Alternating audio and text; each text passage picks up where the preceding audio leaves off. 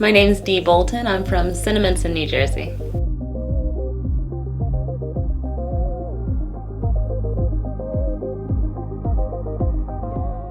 So back in November 2018, I received an email from Urban Promise street leader named Rhonda.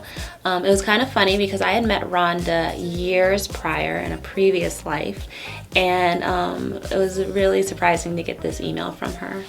So she was looking for a wellness program to submit for a grant for the Urban Promise street leaders. And she had heard from a member here at Hope, Tony Farmer, that I had a program called Bibles in Boot Camp. So it was really shocking to get this email from her requesting that I submit the program, or if I would submit the program, for Urban Promise to submit for their grant.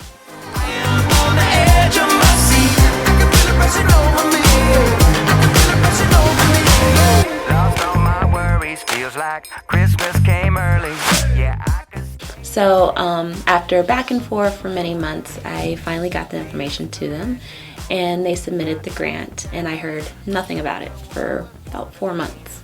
So just being, just going about life, and about 4 months later I got another email from her like, yay, we got the grant. So it was really exciting. And that's when I feel like God really started showing up.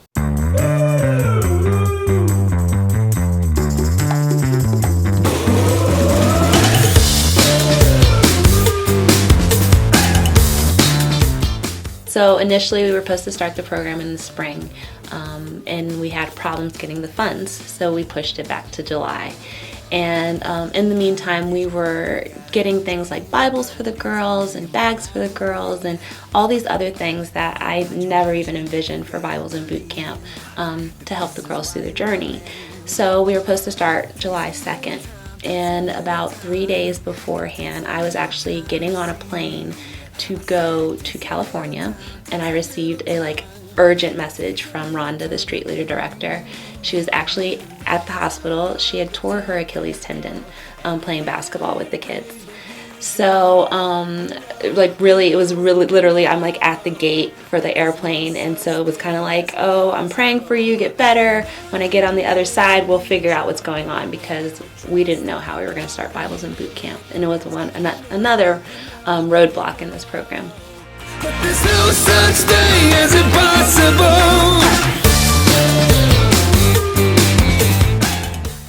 So I got to California, and we didn't know that her Achilles was torn at the time, but found out that it was torn.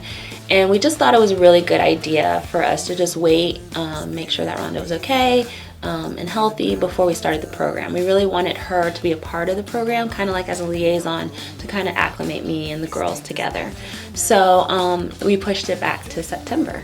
And so all summer long we were primming and prepping and getting ready, and I'm really excited. And September comes, and we lost our location.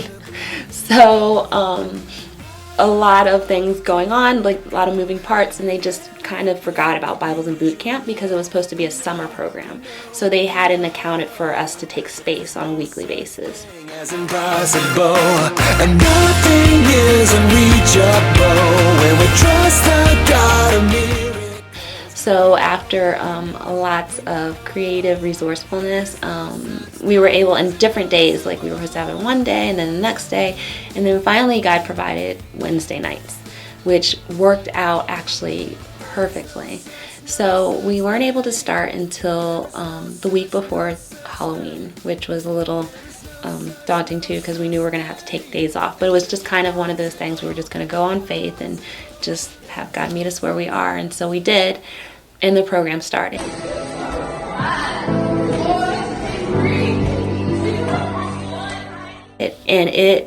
The girls were absolutely amazing. They were so thirsty for God's word. A lot of them had came because they just saw Bible, and they were hoping that the boot camp was a joke. So a lot of them just really wanted to learn more about God, and so it was just really amazing to have these girls at like ages 13, 14, 15, where usually they're kind of rebelling, really seeking God. So throughout the process, there was ups and downs and lots of discouragement, and I was in my own studies, and I came across Hebrews 10:23, and it says, "Let us hold unswervingly to the hope we profess, for he who promised is faithful."